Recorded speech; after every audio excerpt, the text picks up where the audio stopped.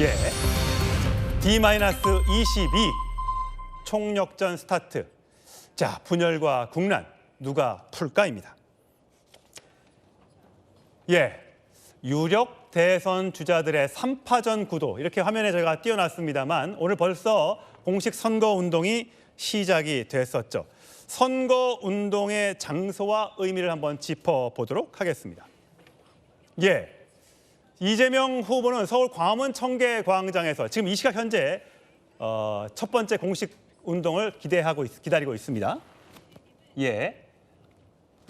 김문수 후보는 자정에 이미 시작했습니다. 서울 송파구 가락시장에서 이미 아침밥도 먹고 자영업자들을 둘러보는 그런 행보를 시작했고요. 이준석 후보는 이미 여수에서 저렇게 헬멧을 쓰고 여수 산단에서 근로자들을 만나서 첫 번째 행보를 시작했습니다. 자, 이 의미, 첫 번째 유세의 의미 짚어보겠습니다. 자, 정혁준 위원님. 네네. 이 세 명의 첫 번째 공식 일정 어떻게 보고 계세요? 글쎄요, 이재명 후보는 일단은 광화문에서 시작한다라고 하는데 제가 조금 전에 이제 채널A 올 때도 사람들이 막 몰려들기 시작했더라고요. 그래서 왜 광화문인가? 광화문이라고 하면은 대한민국 정치의 상징적인 장소 아니겠습니까? 제 개인적인 생각이지만 이재명 후보는 광화문에서 시작해서 광화문에서 마치지 않을까 일단 그런 생각이 들고요.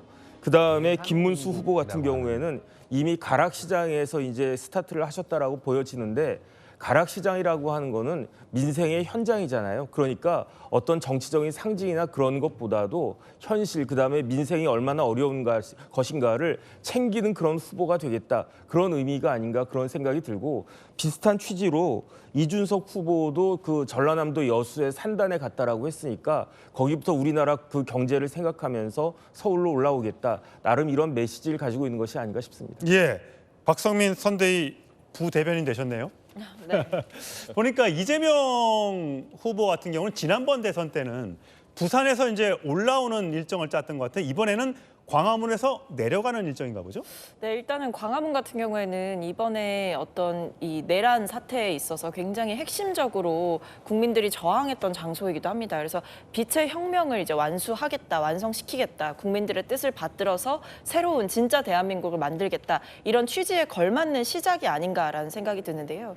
이전부터 국민들이 촛불을 들고 어떤 나라의 불의가 닥쳤을 때 맞서 왔던 장소에서 이렇게 출정식을 여는 것은 결국 국민이 이 나라의 주인이다라는 뜻을 천명하는 것이고 그 뒤에 보시면 판교, 동탄, 대전 이런 식으로 이동을 합니다. 그래서 뭐 반도체 산업 종사자들을 만난다든지 현장 관계자들을 미팅한다든지 이런 식으로 하면서 경제 대통령으로서의 어떤 모습을 부각시키고 더 나아가서는 우리나라의 경쟁력, 산업 경쟁력을 높이기 위해서 뛰겠다라는 의지를 보여주는 것이기 때문에 이번에 이재명 후보가 굉장히 강조했었던 K 이니셔티브의 정신에도 부합하는 일정이라고 봐주시면 되겠습니다.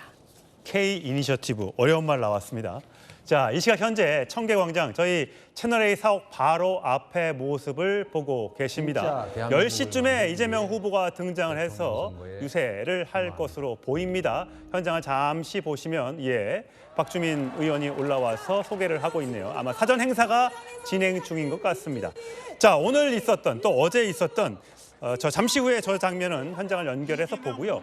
이재명 후보의 목소리, 또 김문수 후보의 목소리, 이준석 후보의 목소리 한번 들어보고 이야기를 이어가 보도록 하겠습니다.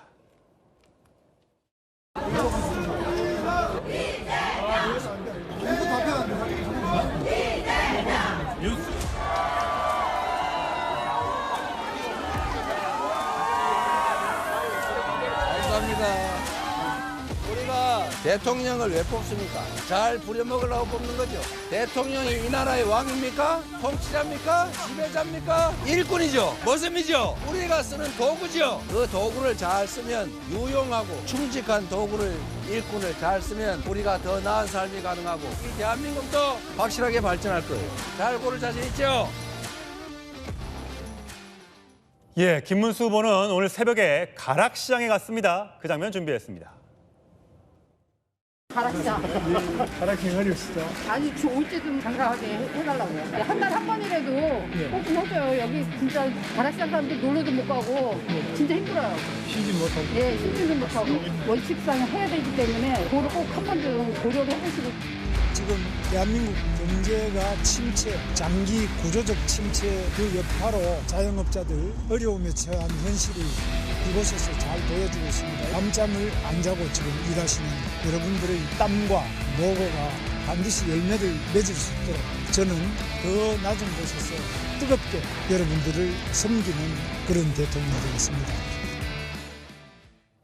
예, 이준석 후보, 만 40세 젊은 후보답게 여수에서 시작해서 오늘 또 서울에도 벌써 올라와 있더군요. 고속버스를 타고 유세전을 펼치겠다라고 이야기까지 하던데요. 이준석 후보의 목소리도 들어보시죠. 다 이게 모든 기기가 안 저희 지금 저장소입니다. 이게 안녕하십니까? 네. 안녕하세요. 이쪽은 이제 PCI고요. 네. 오늘 같은 경우는 야간이라 관리직 근무자들은 지금 쉬고 있고요. 항상 이 공장은 24명이 돌리고 있습니다. 24명으로 이 공장이 돌아가는 있습니다. 이렇게 밤늦게까지 근무하시는데 저희가 또 이렇게 죄송하게 또 이렇게 방문하게 돼가지고 정말 많은 내용 들었고 또 필요한 것도 저희가 꼭 지원할 수 있도록 하겠습니다. 예, 이번 대선에는요, 총 7명의 후보가 입후보를 했습니다. 자, 끝까지 7명이 전부 다 완주를 하게 될지, 또 주요 후보들은 어떻게 되는지 저희가 그래픽으로 준비를 했습니다. 화면으로 함께 보시죠. 자, 일단 3파전으로 예상되는 3명의 이력을 추려봤습니다. 이재명 후보 63년생, 김문수 후보 51년생, 이준석 후보 85년생입니다. 자, 재산 볼까요? 이재명 후보 30억 8천만 원을 신고했고요. 김문수 후보 10억 6천만 원, 이준석 후보 14억 7천만 원을 신고했습니다. 자, 병역은 이재명, 김문수 후보 둘 다 면제입니다. 부상과 질병을 이유로요. 그다음에 이준석 후보는 병역을 마쳤는데 대체 복무를 했군요. 자, 전과는 이준석 후보는 없고 이재명, 김문수 두 후보 모두 3건의 전과를 보유 중인 것으로, 저게 공직선거법상 100만 원인가요? 100만 원까지의 이하만 아마 전과로 등록이 되는 걸로 알고 있는데, 이상만, 그게 3건입니다. 자, 곽교창 의원. 자, 3사람의 이력을 쭉 보셨는데 어떻게 생각하세요? 예, 뭐 세 분 다 그동안 우리나라 정치 현장에서 많은 경험을 하셨고 또 우리나라 정치를 이끌어오신 분들이기 때문에 대통령 후보로서 손색이 없다 생각을 하고요. 예. 이제 국민들께서 이번 선거는 어떤 그 후보들의 개인적인 이력보다는 지금 우리나라 국회에서의 상황, 그리고 그에 따라서 비상계엄이 발생했고요. 그에 따라서 조기 대선이 지금 열리는 상황이기 때문에 그런 현 정치 상황을 상당히 고려한 상황에서 투표를 하실 것이고, 무엇보다도 지금 경제가 굉장히 어려운 상황이기 그렇습니다. 때문에 실제로 이제 대선이 열리게 되면 후보들께서 경제 관련된 정책들을 많이 이제 활용을 하실 텐데, 그에 대해서 유권자들이 누구의 경제 정책이 더 지금 상황에서 합당하냐, 그런 부분에 조금 더 중점을 두지 않을까, 그런 생각이 드네요. 예. 자, 누가 당선이 되더라도 좀 경제를 살렸으면 좋겠다. 아마 많은 분들이 공감을 하실 겁니다. 모든 분들이 공감하시겠죠. 자, 그래도 저희가 아까 말씀드렸다시피 7명이 후보를 등록을 했으니까 7명 한 번쯤은 소개를 다 해드려야 될 것 같아서 그래픽으로 준비를 했습니다. 자, 3명의 후보는 조금 전에 보셨고요. 예, 다른 4명의 후보. 기호 5번의 권영국 민주노동당 후보, 기호 6번의 구주화 자유통일당 후보, 기호 7번 황교안 무소속 후보, 기호 8번 송진호 무소속 후보 등 7명의 후보가 확정이 된 상태입니다. 자, 조기현 변호사님. 우리가 이제 많은 국민들이 누구를 어떻게 뽑을까 공약들이 나오겠죠. 아마 이재명 후보도 곧 발표를 할 것 같고, 지금 이제 하나씩 공개를 했었는데 이제 한꺼번에 공약을 발표할 것 같고, 국민의힘도 마찬가지일 것 같습니다. 이제 앞으로 TV 토론도 하게 될 것이고요. 너무 조기 대선이라 22일밖에 안 남아서 TV 토론을 3번 정도 한다고 하더군요. 거기서 얼마나 국민들에게 본인의 홍보를 하고 본인의 정책을 설명할 수 있을지 궁금한데, 일단은 여론조사 궁금할 것 같아요. 그래서 시청자 여러분들께 가장 최근에 나온 여론조사 하나를 소개해 드릴까 합니다. 자, 이재명 후보 52.1, 김문수 후보 31.1, 이준석 후보 6.3%. 각각 왼쪽에 있는 회색이 그 전주에 조사했던 것과 비교하면 이재명, 김문수 후보는 올랐고요. 이준석 후보는 살짝 떨어진 그런 추세를 보이고 있습니다. 자, 저 숫자 이재명 후보는 50%를 넘는군요. 그렇죠. 뭐 이미 후보로 확정된 지도 꽤 시간이 지났고요. 어제까지 이 경청 투어를 통해서 계속적으로 국민의 목소리를 듣는 행보를 해왔습니다. 또 과정에서 주요 이재명 정부가 가고자 하는 방향, 구체적 공약, K 이니셔티브로 대표되는 성장 전략까지 차분하게 이제 국민들에게 설명이 되고 있고 그게 지지층 결집으로 본격적으로 이어지고 있는 국면이라고 봅니다. 예. 근데 저 조사가 5월 7일, 9일 간이고 김문수 후보도 지난주 조사에 비해서 상승은 했습니다만 이제 그게 김문수 후보가 국민의힘 후보로 확정된 효력 그 효과가 반영은 된 것 같지만 7일과 9일 사이에 있었던 네. 그 이후 주말까지 후보의 어떤 교체 이런 여론 상황은 또 정확히 반영된 여론은 아닌 것 같습니다. 그 추이가 김문수 후보 지지율로 어떻게 이어질지 이게 긍정적 효과를 줄지 부정적 효과를 줄지는 지켜봐야 되겠습니다. 예, 저 여론조사에서는 지난 주말 사이에 있었던 국민의힘 후보 교체 소동과 관련된 여론은 반영되지 않았습니다. 그렇죠. 근데 이제 통상 선거운동 개시 시점부터는 각 진영의 지지층이 총 결집을 예. 시작하기 때문에 일반적으로 상승 효과는 있습니다만 국민의힘의 후보 선출 과정이 워낙 뭐 여러 가지 난관이 있었기 때문에 오늘 이후 나오는 여론의 추이를 지켜봐야 되겠습니다만 어쨌든 이재명 후보는 안정적 그 지지율 상승이 계속 이루어지고 있을 것이고 예. 아마 이를 기반으로 해서 역대 어느 대선에서도 없었던 압도적 승리를 이루겠다 이런 목표로 지금 선거운동을 시작하고 있습니다. 예, 김문수 후보 국밥 먹는 영상을 보니 과거에 이명박 전 대통령이 국밥집을 방문했던 그 시절이 떠오르네요. 아무래도 서민적인 이미지를 갖고 있는 김문수 후보 저렇게 가락동 농수산물시장과 또 상가에서 아침 식사를 하는 모습이 오늘 아침 영상으로 저렇게 들어와 있습니다. 이준석 후보는 젊은 후보답게 자정 땡 하자마자 저렇게 여수 산업단지를 찾아서 젊게 일하겠다, 기업을 살리겠다, 경제를 살리겠다 이런 메시지를 주고 있는 것 같습니다. 자, 저희가 돌직구쇼가 준비한 야심찬 코너가 있죠. 대선 빅매치 한번 시작해 볼 텐데 서로 양쪽에서 시작하자마자 아주 살벌한 단어들이 후보들의 입에서 나오고 있습니다. 자, 오늘의 대선 빅매치 함께 보시죠. 자, 대선 빅매치. 자, 대선까지 정확하게 딱 22일 남아 있습니다. 양당 대선 후보의 신경전도 가열되고 있습니다. 민주당 이재명 대선 후보의 입에서 나온 얘기, 석고대죄하라. 누구를 보고 한 얘기일까요?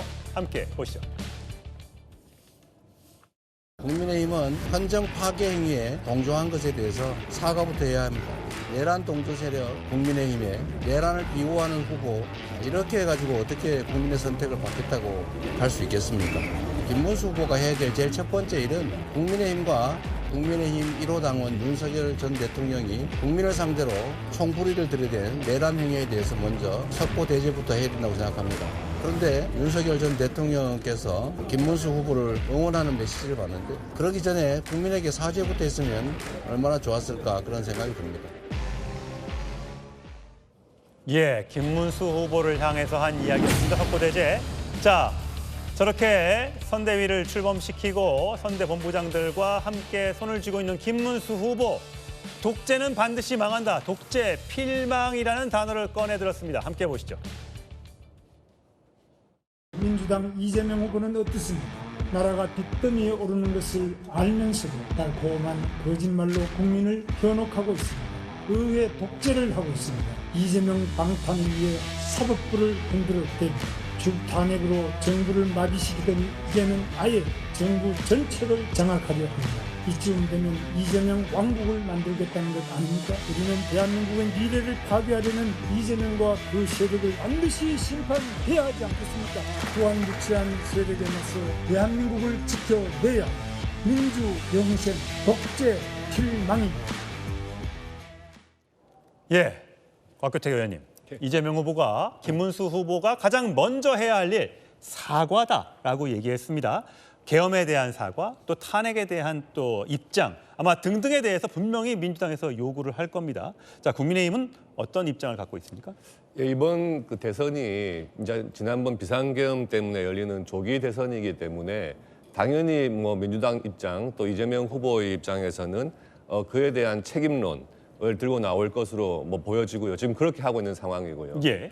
다만 김문수 후보는 비상계엄과는 전혀 무관했던 후보이고 그에 대해서 본인이 만약에 그 당시에 알았더라면 어떤 방법을 써서라도 비상계엄 상황을 막았을 것이다 하는 입장을 명백히 하고 있습니다. 그래서 그에 대해서 뭐 마치 연좌제처럼 어떤 책임을 씌워가지고 김문수 후보에게 비상계엄 상황의 책임을 묻는 것은 어느 정도 한계가 있지 않을까 이런 생각이 들고요. 결국에는 지금 과거의 어떤 잘못, 사법적 책임 이런 것을 묻기 시작한다면 이재명 후보도 그로부터 자유로울 수는 없다고 보여지거든요. 사실 유죄가 거의 확정된 그런 상황에서 사법부에 대한 압박을 통해서 지금 재판이 연기된 상황 아니겠습니까? 이제 그런 부분에 대해서는 본인의 입장은 싹 말하지 않고 별로 관련이 없는 김문수 후보에게 비상계엄의 책임을 져라. 이것은 약간 좀 과도한 책임론으로 보여집니다. 예, 과도한 책임론이다. 자, 조기현 변호사님. 이게 보니까 국민의힘에서는 입법부를 이미 뭐 장악을 했고 또 그 입법권을 바탕으로 해서 30번이 넘는 국무위원이나 검사에 대한 탄핵 시도, 또 대법원장 청문회가 또 모래로 잡혀 있는 뭐 이런 것들이 결국은 대통령 권력까지 갖게 되면 정말 대한민국을 완전히 장악해서 흔들 수 있을 것이다. 그래서 독재는 반드시 망한다는 그런 단어를 썼단 말이죠. 여기에 대한 민주당의 입장은 뭡니까?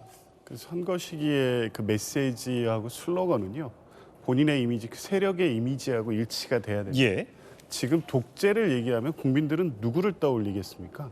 헌정 질서를 유린하고 친이 쿠데타로 정권의 무한 연장을 기도했던 국민의힘 세력, 또 윤석열 전 대통령을 떠올리고요. 그리고 그러한 비상계엄에 대해서 국회에서 국민을 대신해서 사과를 요구하는 의원의 요구에 자리에 꼿꼿하게 앉았다는 이유만으로 지금 이 자리까지 온 겁니다. 그러니까 그런 걸 고려하면 당시에 잘 몰라서 적극적으로 몰라서 못 막았던 거지 알았다면 막았다. 이런 정도의 변명이 될 수 없습니다. 적극적으로 사과를 했어야 되죠. 본인이 관여 안 돼 있다고 해서 책임이 있는 게 아닙니다. 그 세력의 대선 후보로 뽑혔다면 지금 출마 시점에서 분명하고 명확하게 사과해야 되는데 진정한 사과 자체가 없습니다. 게다가 윤석열 전 대통령 어제 SNS 메시지를 통해서 김문수 후보에 대한 지지 입장을 사실상 밝히고 있습니다.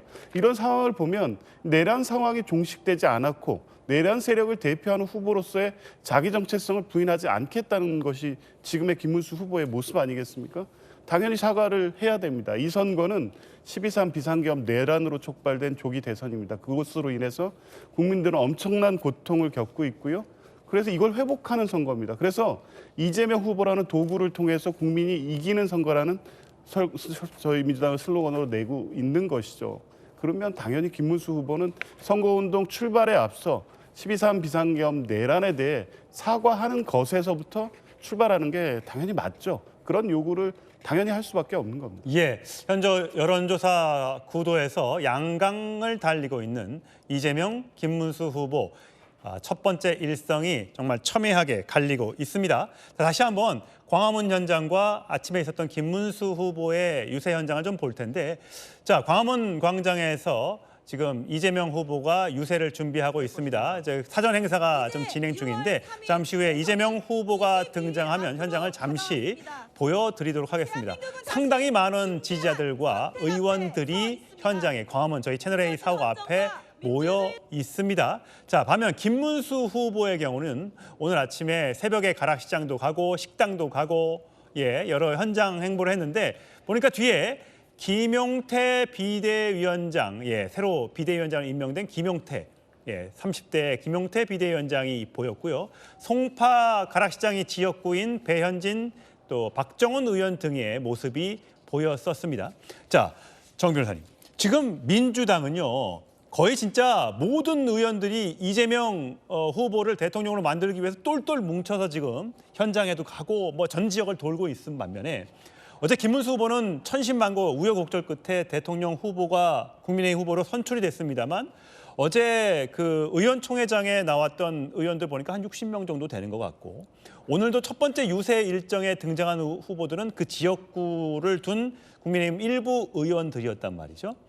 어떻게 보면 이 숫자의 차이 열세에서 보이는 이런 어떤 그 규모의 차이가 좀 보이는데 국민의힘은 어떤 전략을 세워야 된다고 보세요? 글쎄요, 일단은 그 의원 수 자체가 여기 뭐 옆에 곽규택 의원님도 계시지만 거의 그 야권이 그 민주당 쪽이 거의 2배 가까이 되지 않습니까? 그러니까 일단은 화력 자체에서도 밀리고 있는데 더 중요한 건 뭐냐면은 지금 봤을 때 저는 단일화의 후유증이 아직은 남아있는 것 같다. 그런 생각하지 않을 수가 없습니다.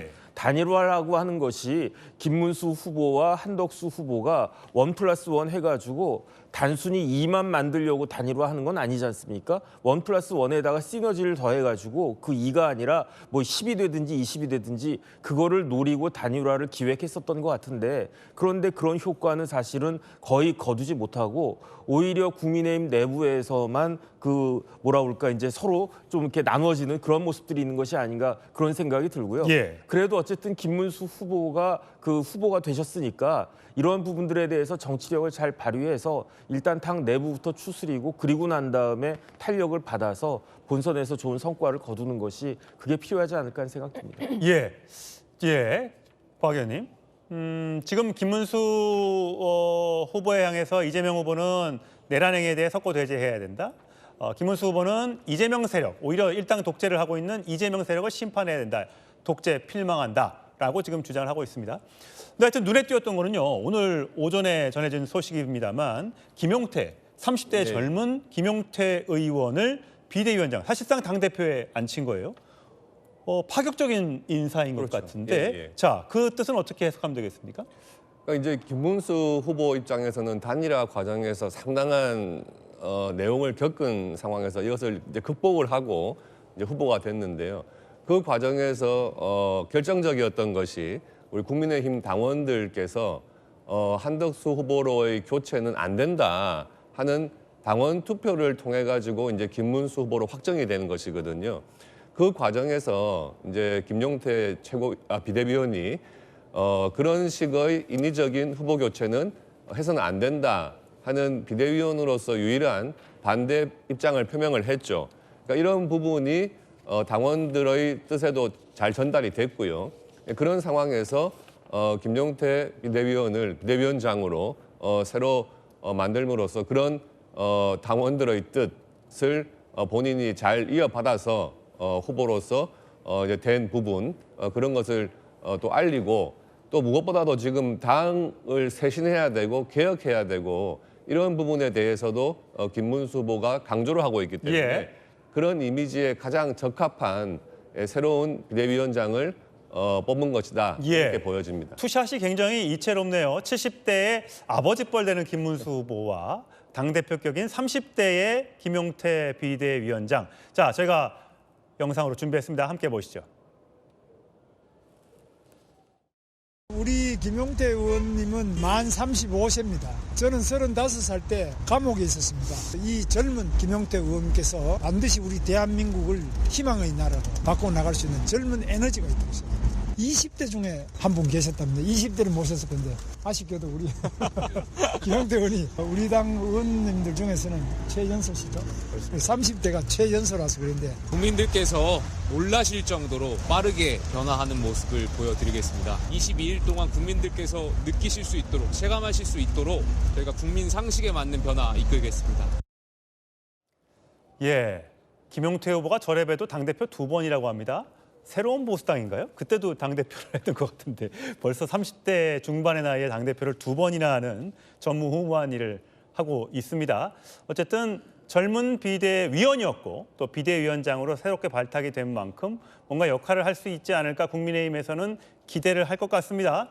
자, 잠시 뒤에 또 이 얘기를 또 한번 나눠볼 텐데 속보가 들어와 있는 게 있다고요? 소개를 하나 해드리고 가야 될 것 같습니다.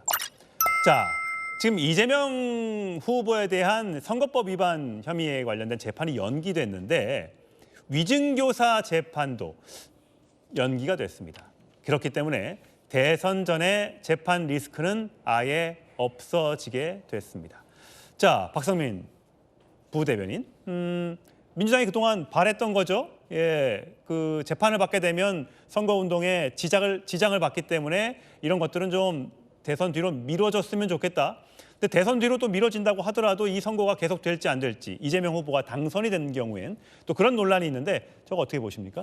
뭐 일단 기본적으로 지금 공식 선거 운동이 시작된 이 시점에 그 뒤에 이제 재판 때문에 이재명 후보가 유권자들을 만날 기회가 박탈되거나 줄어드는 것은 후보에게 상당한 이 이익에 있어서도 침해가 될 수 있는 부분이고요. 후보자에게 마땅히 주어져야 되는 권리를 사법부가 침해하게 된다면 사실상 이것은 그동안 이번 조희대 대법원장 사태를 보면서 사법부에 의한 정치 개입이 있는 것 아니냐라는 비판을 해왔던 민주당 입장에서는 만약에 공판이 그대로 진행이 됐다라고 한다면 사법부에 의한 정치 방해가 시작이 됐다라고 비판을 할 수밖에 없는 상황이었습니다. 그래서 민주당에서도 이 헌법 정신에 근거해서 이재명 후보의 이 공판을 연기를 해달라라는 요청을 했던 거고 저는 합리적이고 상식적인 결정이 내려졌다. 재판을 이유로 주권자의 시간이 침해되거나 유권자들을 만나야 되는 그 기회가 재판 때문에 줄어드는 것은 이치에 맞지 않는다라는 생각이 듭니다. 예. 정혁진 변호사님, 네네. 지금 박성민 부대변인이 얘기했던 것처럼 이게 사법부의 정치 개입, 정치 방해입니까? 아니면 입법부의 사법부 개입입니까? 아니 그런 걸 다 떠나가지고요. 위증교사 재판은 연기가 될 수밖에 없었어요. 왜냐하면 6월 3일이 다음 공판 기일이었거든요. 대선 날이. 대선 날이. 그런데 뭐 대선 날이기 때문에 공판을 못한다 이거는 아닌데 그 대선 날은 어떤 날이냐? 공휴일이잖아요. 예. 임시 공휴일인데 임시 공휴일에는 원칙적으로 재판을 하지 않습니다. 그렇군요. 그렇기 때문에 6월 3일을 기준으로 해서 서울고등법원 재판부가 그 이전으로 땡기느냐 아니면 그 이후로 연기하느냐 그 두 가지의 경우만 있는 건데 그 이전으로 당기는 경우는 거의 없으니까 실질적으로 6월 3일 이후로 할 수밖에 없는 그런 자연스러운 그런 현상이었다. 그것만 이제 오늘 5월 12일에 그 공식 선거 운동이 시작되는 날에 재판부가 날짜를 그렇게 밝혔을 뿐이지 충분히 예상됐던 일이었습니다. 그럼 5월 14일 날 있을 대법원장에 대한 청문회 있지 않습니까? 네네. 뭐 출석할지 안 할지는 모르겠습니다만 그건 어떻게 보세요? 그건 있을 수가 없는 일이죠. 왜냐하면 대법원장은 어떤 분이냐. 대통령, 국회의장 그리고 대법원장은 3부 요인이잖아요. 입법부와 사법부와 행정부를 대표하는 사람 중에 한 명이 대법원장이고요. 어떤 법원과 관련해서 현안이 있을 때에는 대법원장이 불려와서 청문회하고 이런 적은 대한민국 건국 이래 단 한 번도 없었고 그런 경우를 위해서 어떤 분이 나가느냐. 대법관 중에 한 명인 그 법원행정처 처장이 나가는 거거든요. 그럼에도 불구하고 그 대법원장을 이렇게 청문회에 세운다라고 하는 것은 그야말로 이거는 입법부의 횡포다. 입법부의 또 다른 또한 권한 남용이다. 이렇게 볼 수밖에 없지 않나 싶습니다. 예. 자, 이재명 후보의 위증교사 재판이 연기됐다는 속보가 들어와서 잠시 전해드렸습니다. 또 이따가 전해드리겠습니다만 오늘 오후에는 또 김혜경 여사에 대한 또 항소심 판결도 2시에 나올 거기 때문에 거기에 대한 재판 결과도 관심이 가는 상황입니다. 자, 이번 망원집을 얘기해 볼 텐데요. 이 명언집 이런 거 좋은 얘기도 많은데 이렇게 망언집이라는 걸 또 냈습니다. 자, 민주당에서 김문수 망언집이 있다 이렇게 공개를 했습니다. 영상으로 준비했습니다. 국민의힘은 몇 달 전 이재명 후보의 발언을 모아서 망언집을 찍어내게 됐는데 명언집 아니냐는 반응으로 머쓱해지기도 했습니다. 오늘 저희들이 소개해드린 책자는 참으로 읽기도 민망한 망언과 망언으로 이어지는 진짜 망언집입니다. 걸그룹 가리켜 성적 비유를 사용하고 귀를 의심케 하는 여성 비하적인 저렴한 성적 발언까지 서슴지 않았습니다. 이 책을 보시면 김문수 후보의 여성 비하, 약자 조롱, 역사 왜곡, 노골적인 차별 발언 그리고 막말로 점철된 갑질 행태까지 일일이 열거하기도 힘들 만큼 문제가 심각합니다. 조규현 변호사님, 보니까요. 사실 이 국민의힘 대선 후보 선정 과정에서 교체 과정에 있었던 내용 과정에서는 민주당 그 이재명 캠프에서 한덕수 후보를 공격하더군요. 뭐 주술 뭐 등등 얘기하면서 그러면서 반대로 김문수 후보에는 청빈한 사람, 뭐 좋은 사람, 뭐 이렇게 등등 얘기하다가 갑자기 김문수 후보가 다시 원상 복구가 되니까 바로 이렇게 망언집이 나왔습니다. 대통령 후보에 대한 검증은 반드시 필요하죠. 예. 근데 지금 국민의힘의 후보 선출 과정이 워낙 뭐 이 절차 자체도 그렇고 하룻밤 사이에 후보가 교체되는 일이 2번이나 이루어지고 이렇다 보니까 사실 국민들에게 국민의힘 후보, 그러니까 민주당 이재명 후보와 상대하는 후보의 실체를 알리고 평가를 구하는 이런 시간이 사실 없었습니다. 그냥 한 3주 동안 국민의힘 경선 과정 또 후보 뭐 단일화 과정에 고통스러울 정도로 이 장면만 계속 나갔기 때문에요. 이제 본격적으로 김문수 후보가 확정이 됐기 때문에 김문수 후보가 어떤 사람인지 대통령의 자격과 자질을 갖추고 있는 것인지에 대한 검증은 당연히 시작해야 되는 것이고 이것이 단순히 막말을 부각함으로써 비호감 이미지를 만들려는 그 정도의 목적이 아닙니다. 실제 이 김문수 후보가 그동안 해온 말씀들을 보면 단순하게 말실수로 보기에는 어떤 인식과 철학, 뭐 혐오적 뭐 이런 문제라든가 여러 가지 문제가 과연 이분이 대한민국을 대표하는 대통령으로서 국정을 이끌 만한 자질과 자격을 갖추었느냐, 그렇게 살아왔느냐에 대한 의문을 가질 수밖에 없고요. 국민들께서 그 부분을 좀 분명히 아셔야 된다, 이런 필요성이 있었기 때문에 뭐 다소 이게 네거티브로 비춰질 수도 있습니다만 꼭 필요한 후보 검증의 과정이라고 본 겁니다. 곽 의원님, 국민의힘에선 망언하면 뭐 떠오르는 사람이 또 있는데 왜 우리한테 그래? 뭐 이런 입장입니까? 예, 그렇죠. 그러니까 지금 뭐 김문수 후보에 대해서 민주당 측에서 여성 비하, 역사 왜곡 뭐 이런 이야기들을 김문수 후보 측에서 과거에 했었다. 네. 이런 걸 먼저 삼고 있는데요.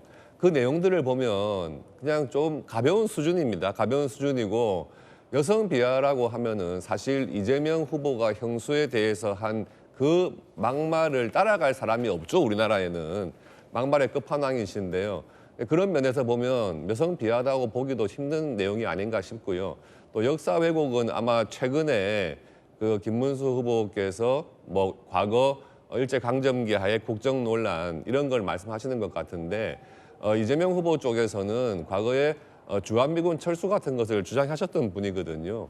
그런 면에서 비교해 보면 과연 저게 뭐 망언이나 뭐 이런 것으로 그렇게 할 만한 내용인가 하는 건 의심스럽고 그리고 말씀하셨듯이 김문수 후보가 이제 국민의힘 후보에서 탈락할 위기에 있을 때 민주당에서는 한덕수 후보를 비하하면서 김문수 후보에 대해서는 정말 청년매의 표본이다 이런 식으로 말을 했었어요.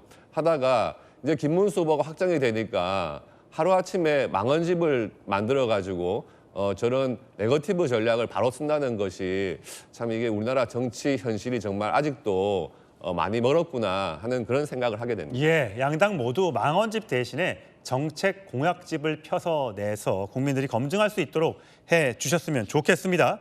자, 이게 국민의힘이 또 내용을 겪고 또 민주당 이재명 후보도 마뜩치 않은 사람들에게 이준석 후보가 이제 서로 양쪽에서 저를 밀어주십시오라고 나오고 있는데 그래서일까요? 개혁신당에 대한 이 당원 수가요 많이 늘었다고 합니다. 그래픽으로 준비했는데 저렇게 지난 8일에 8만 4천 명 정도였는데 8만 9천 명 정도로 36시간 만에 3천 명이 확 늘어났다고 합니다. 그러면서 국힘 돌아가는 걸 보니 보수의 희망은 개혁신당뿐이다. 개혁신당으로 이사 간다. 뭐 이런 글들이 달리고 있다고 합니다. 실제 이준석 후보는 보수의 적장자는 나다. 이렇게 주장을 하고 있는데 그 이야기 준비했습니다. 김문수 후보의 단일화나 빅텐트 가능성을 질문해 주셨는데요. 저는 그것은 원래 시작부터 0%였고 앞으로도 0%다 이렇게 말씀드리겠습니다. 젊은 세대가 조금 더 바라는 그런 모습의 시대 교체는 이준석을 통해서만 가능합니다. 어떤 지역 정서나 이념 갈등 때문에 앞으로 나가지 못하는 그런 상황을 이제 앞으로 나갈 수 있는 시대를 바꿔내야 되고 그게 좌도 우도 아닌 앞으로 가는 시대 교체다. 예, 박성민 부대변인도 청년 정치이니까 자 이준석 후보의 지금 최근의 어떤 발언 행보 또 앞으로의 또 그 대선 후보에서의 어떤 선전의 가능성 어떻게 보세요? 일단은 뭐 지금 국민의힘의 어떤 아수라장 같은 상황 덕분에 사실은 이준석 후보가 많은 반사이익을 얻는 것은 전 예견된 결과라고 봅니다. 왜냐하면 민주당 쪽으로 물론 지지를 이제 옮겨 오시는 분도 저는 있을 거라고 생각을 하는데 그것과 별개로 그럼에도 불구하고 보수 진영 내에서의 어떤 선택을 하고 싶어하는 유권자들의 입장에서는 이 개혁신당이 하나의 대안이 될 수는 있는 거거든요. 그렇기 때문에 아마 국민의힘 지지층의 상당수를 이 이준석 후보가 흡수하는 그런 결과를 낳을 수도 있다라는 생각이 들고 뭐 시대교체, 세대교체를 이야기하셨지만 사실 이준석 후보가 그동안 보여준 모습들이 어떤 시대교체, 세대교체에 부합한 발언들과 행동이었는지는 좀 의문이긴 합니다. 사회적 약자들에 대한 시선이 굉장히 좀 잘못됐다라는 비판도 여러 면에서 받았기 때문에 좀 지켜봐야 되겠습니다만은 그것과 별개로 지금 이준석 후보 입장에서는 계속해서 빅텐트에 참여하지 않겠다라는 입장을 일관되게 밝혔던 것, 뭐 불법 계엄과 어떤 대통령 탄핵에 대해서 일관된 입장을 보였던 것, 이런 부분들은 보수 진영 내에서 대안을 찾는 분들에게는 굉장히 합리적인 대안으로서 역할은 할 수 있겠다라는 생각은 듭니다. 예. 자, 공식 선거운동 첫날 현장 모습 보여드렸고 잠시 후에 또 연결을 해 보도록 하겠습니다.